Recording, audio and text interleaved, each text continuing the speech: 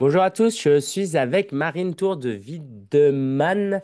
Ravi de te retrouver, Marine. Donc, tu as rejoint en vol et je me suis dit que ça pouvait être très intéressant de connaître ton parcours parce que c'est une reconversion après une première reconversion et en même temps, tu vas continuer à faire certaines choses. Donc, ma première question, c'est qu'est-ce que tu fais professionnellement? Et puis après, on ira un peu creuser sur le comment tu en es arrivé à devenir coach. Ok, alors aujourd'hui j'ai la casquette de community manager et coach Instagram. Donc là avec toi on est un petit peu en train de travailler pour changer ça parce que la partie communication au final pour moi c'est un outil mais c'est pas le propre de mon travail. Donc la casquette de community manager je l'abandonne petit à petit et je me consacre principalement au coaching. Des solopreneurs essentiellement et je les aide à développer une stratégie de communication qui est alignée avec leurs valeurs pour réussir à dévoiler leur unicité et attirer leurs clients de cœur. Génial, génial. Par exemple, tu me disais tout à l'heure qu'avec les clients, ils viennent pour toi pour avoir plus de visibilité, de prospects, mais ils repartent avec autre chose. C'est quoi les déclics avec lesquels ils partent? Par exemple, si je travaille avec toi, euh, potentiellement avec quoi je repars de génial et qui va changer ma vie professionnelle et personnelle? En fait, effectivement, souvent les clients qui viennent me voir n'ont pas de résultats sur les réseaux sociaux, etc. Et ils s'épuisent sur leur contenu à produire, etc. Et en fait, ils se rendent compte que c'est une communication qui ne leur ressemble pas. Donc, au fur et à mesure, on va essayer de voir qu'est-ce qui est aligné, on va revoir tout leur positionnement. Et en fait, on va voir qu'ils communiquent en fonction des codes des réseaux sociaux, mais pas Mhm. par rapport au message qu'ils ont envie de transmettre. Donc en fait, on va retravailler tout ça ensemble et une fois qu'ils ont une communication alignée, ils arrivent à vraiment pleinement s'épanouir dans leur communication et ils deviennent magnétiques en attirant leurs clients. Ouais. Ouais. C'est quoi, tu dirais, les peurs ou les croyances limitantes que tes clients ont et qui disparaissent quand ils travaillent avec toi? Beaucoup ont le syndrome de l'imposteur finalement. Beaucoup Ouais. de coachs et thérapeutes ne se reconnaissent pas non plus dans les protocoles. Par exemple, j'ai accompagné énormément de sophrologues qui en fait ne s'assimilent pas en tant que sophrologue. Donc en fait, on va enlever toute cette étiquette, etc. On va travailler aussi sur leur légitimité parce qu'ils ont tous une personnalité, ils ont tous une histoire qui fait qu'ils ont énormément de choses à raconter, ne serait-ce que par les clients ou les patients qu'ils accompagnent. Donc voilà. Ok, ok. Et pourquoi tu mets pas plus de focus là-dessus et tu creuses et tu approfondis et tu crées même une agence de community management? Pourquoi vouloir euh, pivoter, ouvrir, amplifier vers du coaching plus business? En fait, ça s'est fait très naturellement. Moi, déjà, donc, quand je me suis réorientée vers la communication, c'était un petit peu par défaut, parce que c'est ce qui se rapprochait le plus de mes compétences en tant que journaliste vidéo. Et puis, donc, j'ai très vite eu des clients en coaching, donc réseaux sociaux, et ça s'est fait naturellement de s'orienter sur le mindset, sur toute la partie business. Et donc, aujourd'hui, j'arrive un peu plus à justement promouvoir cette partie-là. Mais c'est vrai qu'au début, j'ai essayé de rester dans les cases de community manager et coach réseaux sociaux. Ouais, ouais. Et comment tu vois le futur à 3 ans, 5 ans, 10 ans, ton activité avant d'aller sur ton passé? Comment tu vois la suite idéalement? Alors idéalement, ça serait, donc comme je le disais, abandonner totalement la partie community management et vivre pleinement du coaching. Donc je pense que progressivement, j'abandonnerai toute la partie communication et ça sera aider un maximum de personnes à être alignées dans leur vie professionnelle. En termes de chiffre d'affaires, par exemple, j'aimerais pouvoir générer 5 000, 5 000 de chiffre d'affaires par mois et accompagner, allez, on va dire, 5 clients par mois. Et à Hmm. côté, créer mon média pour à la fois attirer de nouveaux prospects et aussi pour avoir le plaisir de faire découvrir plein d'histoires extraordinaires. Hmm. Hmm. Ce serait quoi ta mission de vie, ton pourquoi? Qu'est-ce qui t'anime au fond de toi? C'est Pourquoi d'aider tu fais ce que tu profondément les fais? personnes. Euh, Pardon, pardon. C'est d'aider profondément les personnes à s'affirmer telles qu'elles Hmm. sont. Ok, pourquoi cette mission?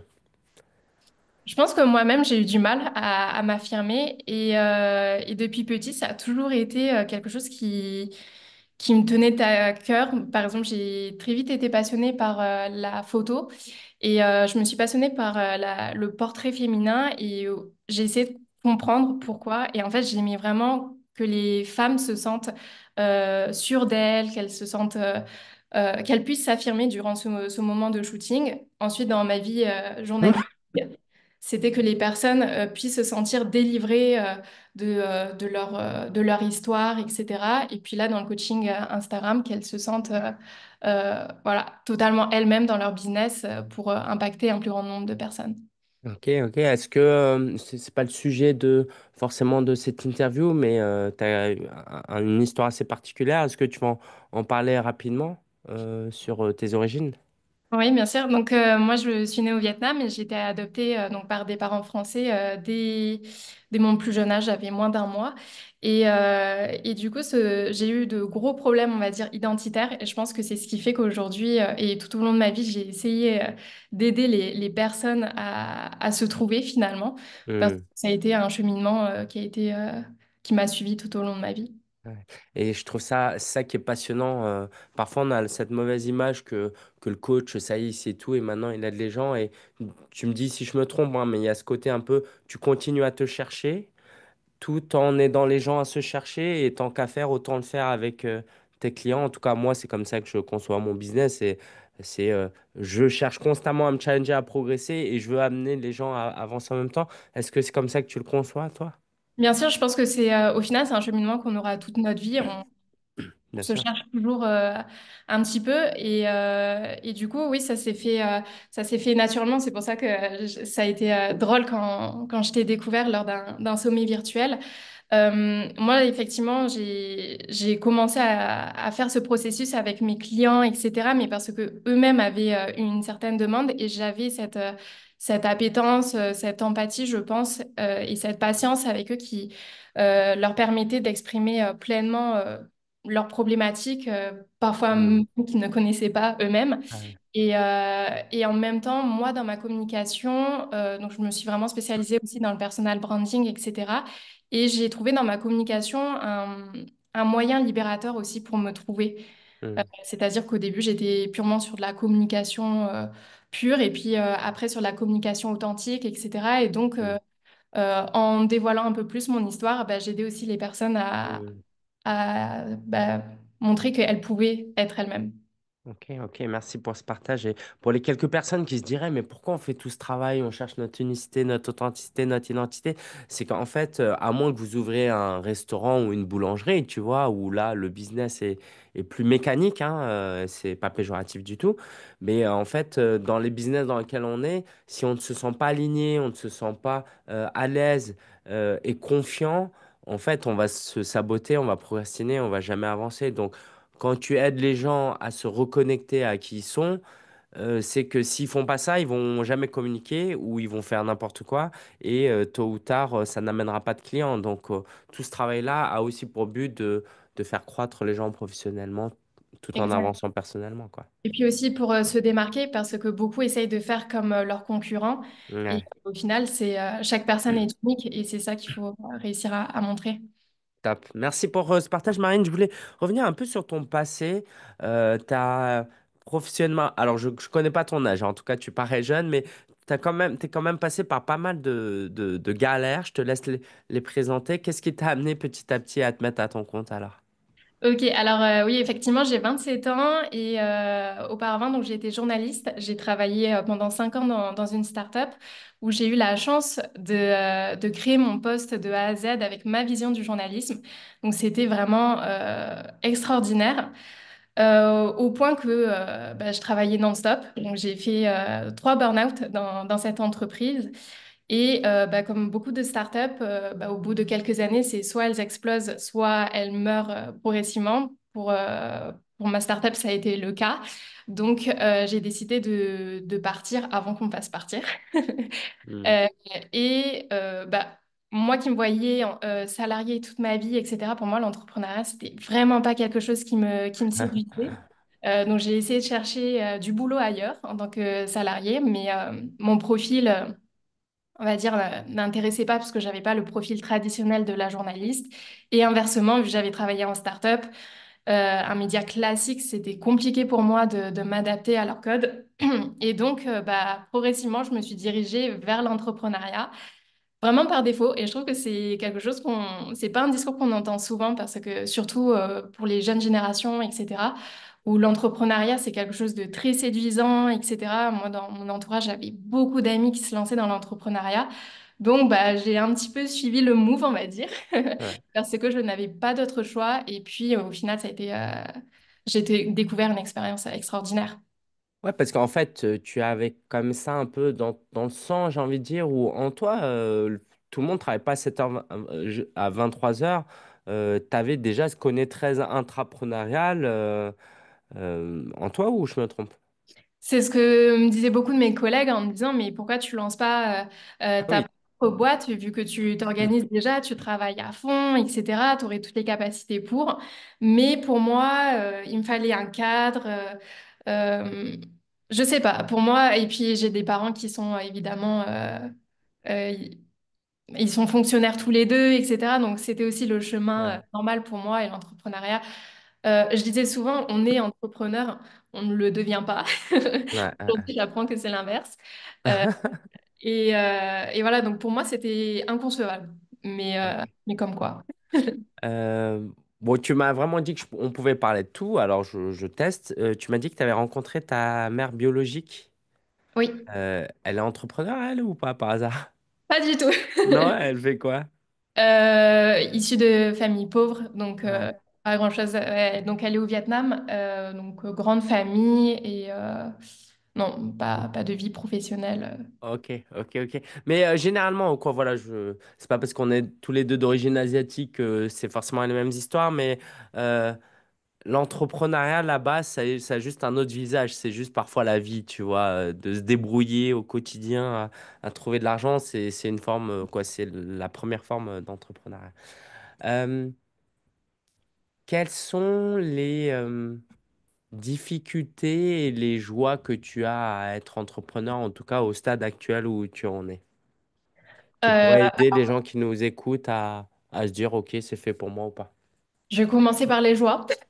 Ouais. Les joies, c'est que c'est extrêmement stimulant et challengeant parce qu'on doit être sur tous les fronts en même temps. On a cette liberté aussi. Alors, c'est un petit peu contradictoire parce qu'on a cette liberté de s'organiser comme on veut, mais au final, on est prisonnier aussi entre guillemets, de son business parce que je m'en suis rendu compte les premiers mois quand je me suis lancée. J'étais libre, mais je faisais aussi des journées de dingue, mais c'est parce que je le décidais. Donc ça, c'est très chouette. J'ai pu faire aussi énormément de rencontres qui étaient extraordinaires et être entourée d'entrepreneurs, c'est très formateur. Et finalement, ça m'a aussi énormément appris sur moi-même. Ça m'a appris à m'affirmer. Jusque-là, je ne le faisais pas, je n'osais pas dire ce que je pensais, etc. Et quand on est entrepreneur, on est obligé de s'affirmer un petit peu. Mm, Donc, je pense qu'on apprend tout au long de sa vie entrepreneuriale. Sur les difficultés, il y en a plein, évidemment. Euh, je dirais qu'on a souvent envie d'abandonner, mais c'est aussi la force. Ça nous fait tester nos limites en permanence, surtout dans les moments creux, hein, évidemment, quand on n'a pas de clients, etc. Ça nous remet toujours en cause. Ça nous... Si on aime la stabilité, ça nous confronte à pas mal de difficultés. Et puis, se former en permanence. On doit toujours être meilleur. mm, mm, mm. OK. Ça, c'est un avantage ou un inconvénient? Les deux. Ah, ok, ok. Les deux. Parce que moi, tu me dis ça, je me dis, mais c'est quoi? Ça veut dire qu'il y a des gens qui travaillent, ils ont plus besoin de se former. Et en fait, c'est la réalité de, tu vois, quel employeur va te payer tous les semaines des livres et des formations. Donc, non, non, moi, je conçois absolument pas ça. Mais bon, les quelques personnes qui aiment pas, bah, en tout cas, c'est peut-être pas fait pour vous et c'est OK. Non, mais dans Euh, le sens où, ouais, effectivement, il faut pouvoir sortir de sa zone de confort et se remettre en question en permanence. ouais. De se dire que, il faut, même si on a fait une formation qui a été coûteuse, parce que je trouve qu'il y a beaucoup d'entrepreneurs, surtout quand ils se lancent, qui n'osent pas investir dans la formation, dans des coachings, etc. Mais surtout au début, c'est nécessaire. On est obligé Mm. d'acquérir un maximum de compétences pour le bien-être de notre business. Ouais, génial. Et puis surtout que, tu vois, on le dit souvent, c'est qu'investir en soi, c'est le meilleur investissement parce que c'est un investissement que tu gardes toute ta vie et que les gens... Alors, j'ai rien contre se former sur des tactiques, évidemment, mais quand vous formez bien, vous acquérez des aptitudes et vous travaillez votre mindset. Et ça reste toute votre vie. Parce que si vous formez juste, mais je mets des guillemets, hein, j'ai rien contre, au JavaScript, bah, demain, il y a une autre technologie, bah, en fait, vous perdez les grands bénéfices de ce que vous avez appris. Donc, ouais. Et j'imagine que c'est comme ça que tu conçois aussi ta relation avec tes clients. À la fin de vos partenariats, de vos collaborations, c'est quoi idéalement ce que tu aimerais voir tes clients repartir avec? Une transformation. C'est-à-dire que souvent, ils arrivent avec une problématique, comme je disais, parfois dont ils soupçonnaient pas.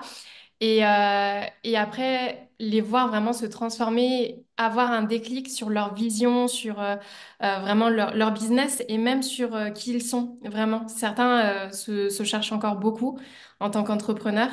Et donc, c'est ça que j'essaye de déclencher à la fin de Ok, l'accompagnement. ok, génial. Question qui a peut-être rien à voir, mais je me la posais, donc je te la pose. On va voir ce que ça donne. Pourquoi tu es en Albanie? J'ai suivi mon conjoint Ok. qui est albanais. Ok, ok, trop bien. Et ça, c'est un grand bénéfice de l'entrepreneuriat quand même. Exactement. Surtout C'est... quand on travaille dans le digital et qu'on peut se permettre de faire de la visio, etc. C'est pas ouvert à tous les métiers, mais oui, ça, c'est notre force. Ouais, parce que, quoi, je sais pas si tu devais chercher un job en Albanie, tu trouverais, hein, j'en doute pas, mais ça te limiterait un peu, non? Exactement. Déjà, c'est pas les mêmes méthodes de travail. Et puis, bon, c'est pas les mêmes salaires non plus. Donc, Ouais, en ouais, tant ouais. qu'Européen, c'est plus compliqué. Cool. Marine, on mettra le lien en bas vers ton Instagram ou Oui, ça te avec convient? plaisir. Tu vas organiser quelque chose très prochainement. Est-ce que tu veux nous en parler sans forcément te donner de date? Et puis, si vous voulez en savoir plus, bah, vous pourrez cliquer et voir qu'est-ce que tu organises prochainement. Alors, d'ici quelques semaines ou quelques mois, mais j'espère d'ici quelques semaines plutôt, Ouais. je vais organiser un sommet virtuel avec tout un tas d'entrepreneurs sur différentes thématiques pour apporter un maximum de plus-value et d'expertise aux entrepreneurs. Ok, ok. Comment tu te sens par rapport à ça? T'es enthousiaste? Il y a des choses qui te font peur? Très excitée, mais évidemment bon, un peu submergée par la quantité de choses à faire, mais en tout cas, recevoir tout un tas d'invités de différents horizons, etc. Ça, c'est quelque chose qui m'anime profondément. Donc ça va être très chouette. Et Ouais, puis, bon, on verra bien ce que ça donnera. génial, génial. Merci Marine pour ce partage. Est-ce que tu as une dernière chose à partager, que tu veux transmettre aux gens qui nous suivent? Non, mais en tout cas, je suis très contente d'avoir rejoint ton accompagnement.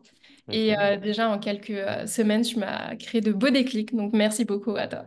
Avec grand plaisir. Et encore une fois, si vous voulez en savoir plus sur Marine, il y a le lien en description. À très bientôt, Marine. Merci, au revoir.